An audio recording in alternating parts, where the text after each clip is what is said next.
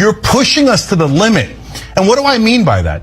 You're asking us to talk about history, the history of the South. This is in Georgia. What happened in Georgia? There were savages in Georgia. It was the ancestors of the white right-wingers. They were absolute savages. They murdered people. They lynched people. They raped people. They enslaved people. They took babies from their mothers and sold them as property. You want to talk about savages? Your ancestors were the biggest savages the world has ever seen. And so don't you dare call a black man a savage after you murdered him. Don't you dare do that. I'm so sick of African Americans being called violent when the world's worst violence was done to them, not by them, to them, not by them. For God's sake, you want to do racist stereotypes? If it fit anywhere, and it doesn't, but if it fit anywhere, it would certainly fit white right-wingers of the South, who has hundreds of years of history of being savages. Savages! You don't get to enslave people, lynch people, beat people, rape people, eat people, segregate people, lock people out of resources, destabilize families, over-police communities, undereducate schools, poison neighborhoods, and then turn around and have the fucking audacity to say, why are they so angry? What the fuck do you mean, why are they so angry? That question alone is disrespectful as hell, because anger does not come out of nowhere. Intensity does not come out of nowhere. Pain does not come out of nowhere. Europeans come to this continent, literally ethnically cleanse the indigenous population out of existence, kill them on a scale that has hardly been equaled, and refer to them as savages. That's an achievement. Who's the savage? The first time I encountered this was in a little town in Massachusetts called Deerfield. It's a reconstruction of what that little town looked like in colonial America. And in front of each house is a plaque that explains something about this house. And then description. On the 18th of October of 1702, the savages attacked. The first time I saw this, the savages. You come in here, destroy everything these people have, and they are the savages. That's an interesting move. It is. You know? I hadn't thought of that before. Think about it. How come, is there a reason they don't teach us that black people built the pyramids and we had mummies buried in gold? If I'm a savage looking for my next meal, looking for an animal to eat, I'm not worried about burying my ancestors in gold. That's something that only a high-class people got time to even do. We was not looking for our next animal to kill. We was not each other and being savages. We were intelligent, high-vibrational gods. Middle Passage, white people. Slavery, white people. Jim Crow, white people. Lynchings, white people. Trail of Tears, white people. Wounded Knee, white people. Asian internment camps, white people. The vast majority of gun violence, white people. You see a trend? January 6th, white people. Ahmaud Arbery. Guys, what if some of the history you were taught was not the whole story? Think about that for a moment. What if the people who control the institutions, the newspapers, the schools, and the political system also have the greatest influence over how history was remembered? That is the uncomfortable question we are exploring today, guys. So guys, what I want from you is to sit down, relax, and enjoy this video out. Then I'm going to be back with more insights, guys. Have to remember that we learned from some of the best. They had some white boys came over here that did the first beheadings in Point Coupee, Louisiana, where I'm from. Slave insurrection, that was the way you dealt with it. Tuskegee syphilis incident. We're going to see how black men die if they have syphilis, but we pretend we treat them with penicillin, and we're just going to watch the pathology of how they die. Now, that wasn't back 200 years ago. That was 1930 to 1974. We're talking about giving these wonderful blankets to the Native Americans infected with smallpox as they walked on that trail of tears just to see how they die and to eliminate their population so we can take all of that land. So the violence that is in America has come from a very learned position that was brought here by some Caucasian folks. All right? So what is white fear? We can take that question in many directions, but I think that there's only one way to explain this. White people are afraid of other races being in power in this country. They don't like anyone that isn't white involved in anything that can systematically change this country, especially when it's systemic change that is in the better interest for everyone, not just white people. White privilege is real. Systemic racism is real, and white ignorance is the driving force of both of those. And many white people don't even know this. Many of them don't even believe in it. Well, many Latinos, Hispanics, Asian people, and black people will say differently. But Roland Martin broke this down perfectly, and I'm paraphrasing here. First, we have to understand white fear. It is important to understand the insanity and the history behind it also. Without the proper knowledge of this, we will continue to be blindsided every time white fear inevitably rears its head. So let's look back when white fear really got its start. Slavery. The moment slaves were given freedom, the South became furious. January 31st, 1865, slavery was abolished. However, most slaves in those southern states didn't find out until June 19th, 1865, a day also known as Juneteenth. And that's just the beginning. Once black men started being voted into Congress in the South, white people lost their minds even more, especially those down in Mississippi. Dude, once white people started screaming, too many blacks are being voted into Congress, that's gotta stop. White fear started brewing in Mississippi. And guess what? Since 1890, not a single African American has been voted into state office in Mississippi. Since 1890. But wait, there's more. Tulsa, Oklahoma, 1921. White fear embedded its ugly head into the section of the town known as Black Wall Street. Black folks had everything there. It was one of the most prosperous African American communities in the United States. Seeing black people succeed? Well, y'all know that don't fly with white mother. This scared white people so much that they thought black people are gonna start taking over everything and even enslave white people. I wish I was kidding. So you know what those white people did? They burned that whole section down. Burned it down because white fear was flowing through their veins. Central High School, Little Rock, Arkansas, 1957. Just because this high school was integrating 9 black students into their program, white fear emerged and had white people following them on their way to school, screaming at them, throwing racial slurs at them, spitting at them. I wonder whose grandma this is today, and if this is even alive. I would love to hear her opinion on this matter nowadays. I've been hearing a lot about black fatigue recently, and I want to talk about it, but I can't do it here at home. We gotta go on a trip.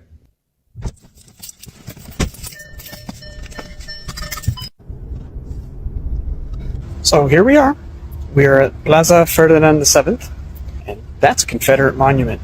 And you wouldn't know it for looking at it, but this park you see behind me, 2 men were lynched here.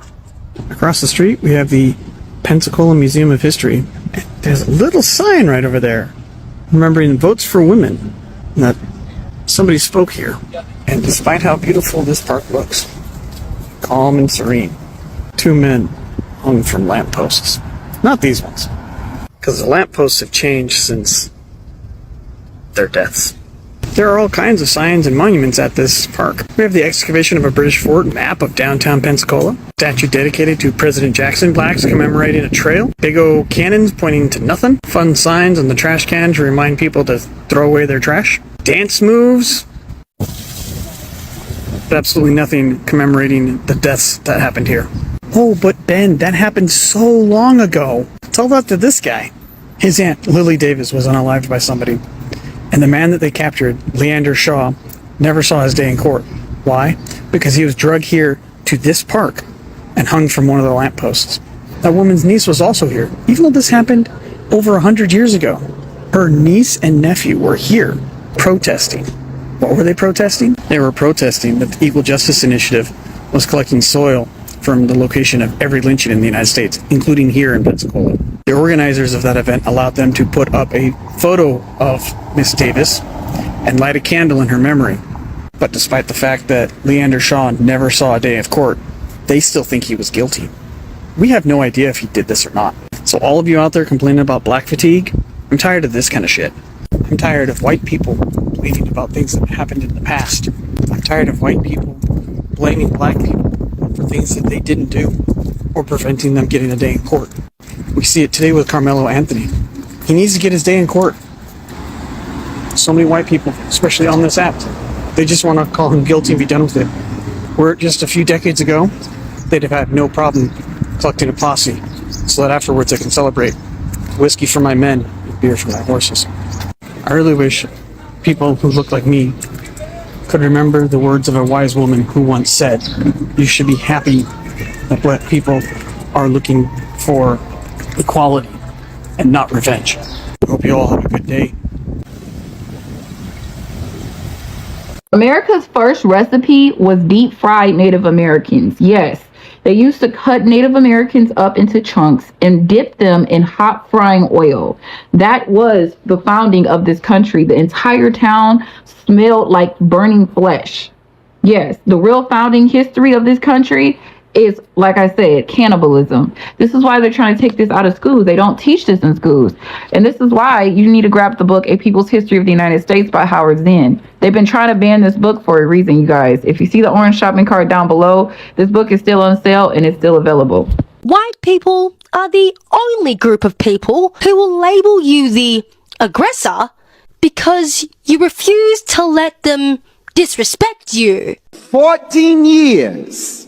From 1863 to 1877, look at the progress that black people made attempting to be free, Blacks made great strides achieving political offices, developing private businesses, even setting up dozens of all-black towns. In fact, about it, we had built 60 towns. But white terrorists targeted them for destruction.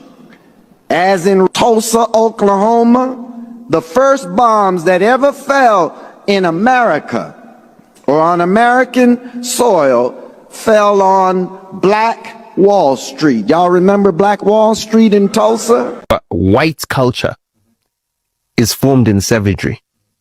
I also said there isn't a place on God's green earth that they haven't come there and decimated the native inhabitants. There isn't a place. They are murderous savages. That's their culture. They call it conquest. We call it savagery. This is broad history. This is the history of white cultures. When they have the intention to invent a weapon, they don't just invent a weapon that can harm an enemy in one-to-one combat. No. They invent bombs that can decimate entire populations. They invent viruses, like smallpox, that they spread amongst unvaccinated Native Americans and then decimate their populations. And therefore the Americas, have got a native population which is less than the settler population in certain countries like Argentina. I mean, even a country like Brazil, yes, obviously there are still some native inhabitants there, but their population is less than those who were brought in from Africa as slaves, as well as those who came in as European settlers in the colonial times. So the culture of white people throughout white history, even to this very date, is that of savagery. It's that of inhumane behavior that is normalized to the point where they feel like they're entitled to behave like that. Whites fear violence from us. We do not have a history of killing white people. White people have a history of killing us. See? And what you fear, may I say this, sir? What you fear, it is a deep guilt thing that white folks suffer. You are afraid that if we ever come to power, we will do to you and your fathers what you and your people have done to us. And I think you are judging us by the state of your own mind, and that is not necessarily the mind of black people. White supremacists be like, we was conquerors and slave owners and shit. No, your ancestors were illiterate cousin fucking farmers. And the people who you claim to be descended from were also cousin fucking savages that reaped havoc across the world for economic gain. And most pathetically of all, here you are in the 21st century espousing the beliefs of racial hierarchy. You're a modern working class person under the delusions of fraudulent 18th century science. That is genuinely so fucking pathetic. Let's talk about this story out of South Africa because it says everything about hypocrisy and white supremacy. A white farm owner and his workers are on trial for allegedly murdering 2 black women who were unarmed, women who were simply collecting old dairy products. And after they allegedly murdered them, they fed their bodies to pigs. Think about that for a second. They fed their bodies, human beings, to animals. The part that pisses me off the most with this is these are the same kind of people who look at black folks in Africa or America or anywhere else and call us savages. But tell me this, what is more savage than shooting 2 hungry women and then treating their bodies like trash? What's more barbaric than covering it up by feeding their bodies to animals? This isn't just a crime. This is a reflection of a long, ugly history. If you remember, colonizers stole land, they massacred villages, and they called it civilization. Slave masters whipped, raped, and lynched black bodies, and then had church the next morning. Apartheid made people strangers on their own land. And then when we resisted, they called us violent. See the pattern? Whenever black people act out of survival, we're branded as criminals. When white supremacists murder in cold blood, it's protecting property. It's isolated. It's lost in the news cycle somehow. And then you got politicians like Trump who push this lie of a so-called genocide against white farmers while ignoring the everyday violence against black South Africans. That's not just hypocrisy. That's propaganda trying to flip the script and make the oppressor the victim. You want to know the truth? Black people are not savages. What's in our blood is resilience, creativity, and survival against all odds. But what's in their history, their very foundation of white supremacy, is violence, exploitation, and the dehumanization of others. That's the real savagery. So the next time someone dares to point the finger at us, remind them, we didn't invent this cycle of brutality. They did. And we've been surviving it, exposing it, and rising above it for centuries. Now let me ask you this. When are we going to let them stop defining the narrative and start forcing the world to see the truth for what it is? If you really think about it, white people are such deflectors.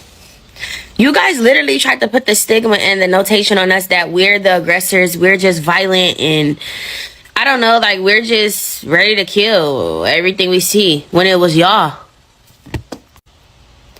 Only in your history are you guys the savages. None in our history does it say that we created or started genocides, or we removed cultures from their country and took them to a whole different nation against their will. Enslaved. I don't think black people was killing others because they were Jews. I don't think black people removed Native Americans from their land. I don't know. This is just history that I'm talking about. It's just like, please live comfortably in y'all skin, which y'all already do, but please just stop trying to put that persona on us that we're just these negative people that's just ready to be violent, when it's really you guys. In every era, in every generation, you guys choose violence. It doesn't matter. In every scenario. In every scenario. I have nothing against whites, but I am all for black, if that makes sense. Take that what you will. White People and Cannibalism Part 4. So, as you guys know, we've been on this journey together, learning about how white people just were munching on people for like the longest time ever, apparently. So we've already talked about medical cannibalism with the mummies, just as a brief recap, and that's why the mummies are so rare. And we're talking about cannibalism during and after slavery now. So, basically, the word picnic, which is now just really disgusting to me, and I'm never going to use it again, really. It comes from pick a N-word, and basically what they would do is they would throw these like barbecue parties where everyone would gather outside, sort of like that one famous painting of everyone in the park, if any of my artists out there know what I'm talking about. And there would be like a lineup of people, they would pick one out, they would do a public lynching, and then after they'd publicly lynch the individual, they would barbecue them, and like everyone would take a little piece to eat for some reason. When we look around and we see today in our politics a rich white man telling working class white people that their problem is brown people, we need to understand the historical pedigree of that. That is symbolic of the entire history of race and class politics in America. The history of rich white people telling working class and poor white people that their problem are black and brown people. Beginning in the 1600s, that is what happens. Prior to about 1670 or so, there was no such thing as the white race, at least not recognized as such, called as such. That is not what people of European descent were when they were in Europe. They were English, they were Irish, they were Scottish, they were whatever they were. They were not white. Only in the colonies do we become white, and for a very specific reason, because in those early years of the colonial period, where you had white indentured servants, one level above enslaved themselves, and you had African descended folks, some of them enslaved for life, others indentured servants also in the earliest years of the colonies, those people would often see their interests as being common. They all realized that they were being screwed over by the same landowners, the same elite. They fomented various rebellions, like Bacon's Rebellion in Virginia, others as well. And as a result, the elite in the colonies realized that they had to figure out a way to get the other folks from Europe on their teams. They created this mentality that said, you're now a member of the white race. You're on our team. You're wearing our uniform. Now you're at the end of the bench. You may not get in the game, but you're on our team, you see. So then they start putting white folks, now called, on the slave patrols, right? Didn't really give them any land or any real power except the power to control people of color, which is why folks of color say, and they are right, that modern policing traces to the system of slave patrols and slavery. And we have to be clear on that because that's the history. Right? Whiteness was created to divide and conquer, to create the notion that even though you might not have much, at least you're not black, at least you're not indigenous, at least you're not Mexican, at least you're not Chinese working on the railroads to build the transcontinental economy. You may not have much, but at least you have, as W.E.B. Du Bois said, the psychological wage of whiteness.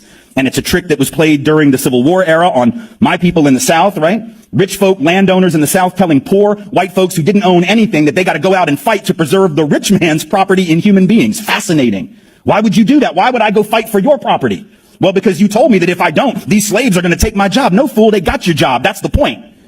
If you got to charge $1 a day and you can make them work for free because you own them, guess who got the gig, Jack? Not you. When in fact, the system of enslavement was in the long run against the class interest of working class white folks, but they got suckered. Same thing happened in the union movement. You had white labor union folks that didn't want black and brown bodies in their union because it would reduce the professionalism of the craft. No, fool, it'll double the size of your union.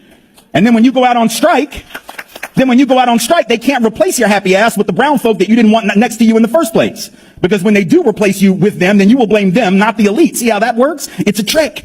And it has worked for hundreds of years. It is working on some folk right now. And it is our job to resist that with every fiber. We talk about how ironic it is that the right demonizes people of color when the only time I feared for my life has been around a white man. I get so many hate comments like these few here. Most of the time I just write it off as immature, angry men, but the times that I've genuinely been scared that violence was going to be inflicted upon me have been white men. Not to mention that a lot of domestic violence as well as many mass shootings are committed by white men. There are going to be people in any demographic that commit crimes, but the fact that the right focuses so intensely on the single crime that a person of color commits is so dishonest. Some of the craziest things that have happened to me since I started posting is that I've gotten my account banned because white supremacists mass reported me for being underage, which I'm clearly not. They found my phone number and leaked it, so I had to change my phone number. They tried to get me fired by contacting any school in Chicago to see if I worked there. There was even an online page to see who was calling which school. I've literally been called a race traitor and told that I will be lynched along with POC. So no,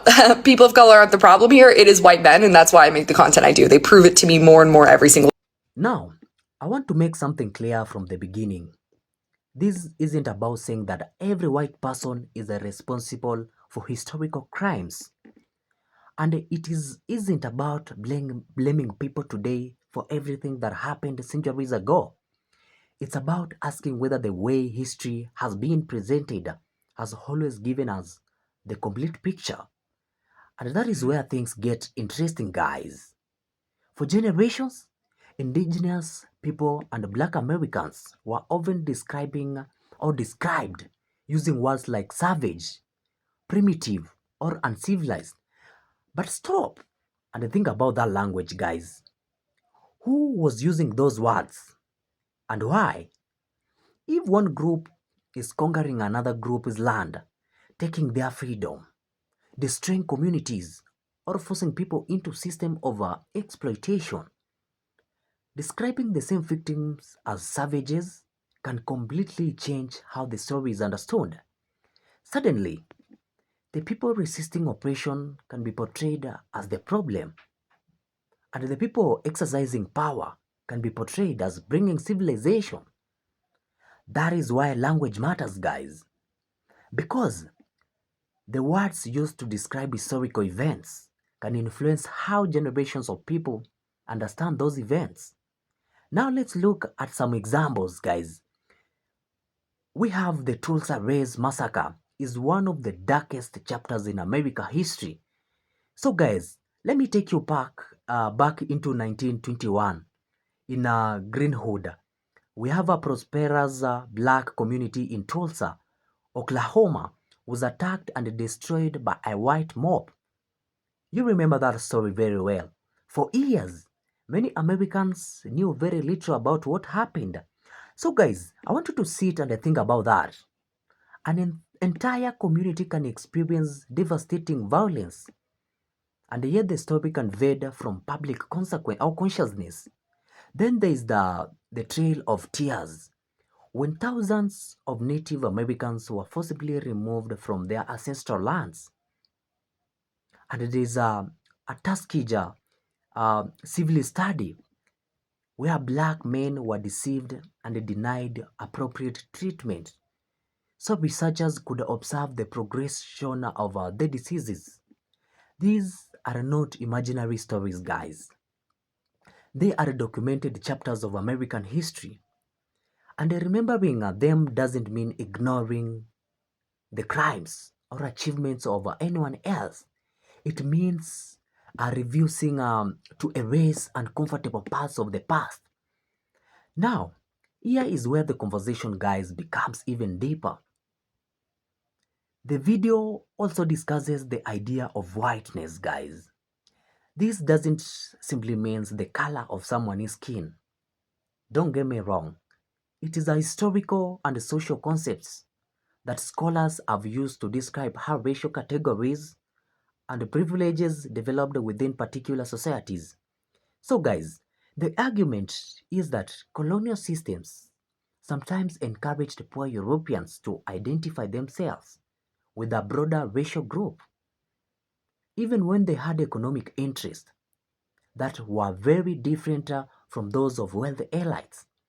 So in other words, racial divisions could become a way of preventing people with different economic backgrounds from recognizing their common interest. And that is a powerful idea to think about. Because sometimes the most effective way to control population isn't simply through force. It is through division. Get people to distrust one another. Confuse one group that another group is the reason they are struggling, guys. Make people fight among themselves. Only those with the most power remain protected. That is what that usually happens. And history shows us that racial divisions have been used in many different ways across different societies. But here is where I want us to be careful. We shouldn't replace one oversimplified historical story with another. History is complicated, guys, and we should never listen to only one single story. We cannot only listen to one person telling us history. There were different individuals, institutions, economic interests, and political movements and motivations. Not every white person benefited equally Not every black or indigenous black experienced history in exactly the same way. And not every historical event can be reduced to one racial explanation. But acknowledging complexity doesn't mean ignoring injustice. It means studying it honestly. So guys, the real question isn't which race is good and which race is bad. That is far too simple. The better question is who had power? Who was the power used? Or how was the power used? Who benefited? Who suffered? And how were those stories remembered afterwards? Those questions can completely change the way we look at history, because history isn't just about past. It influences the present. It influences how communities understand themselves. It influences how people understand each other. And it can even influence the policies and the debates we are having today. So the next time someone tells you that history is simply a story about heroes and villains, take a step back. Ask this question. Ask a question, guys. Look at multiple sources. Listen to different perspectives. And most importantly, don't be afraid to examine the parts of history that makes us uncomfortable. Because understanding history isn't about creating hatred. It's about creating awareness. And perhaps the most important lesson is this: we cannot build a better future if we are afraid to tell the truth about the past, guys. Always remember that. Otherwise, I do really appreciate for your time, and I do really appreciate for making until this far end of this video. And I will see you in the next one, guys.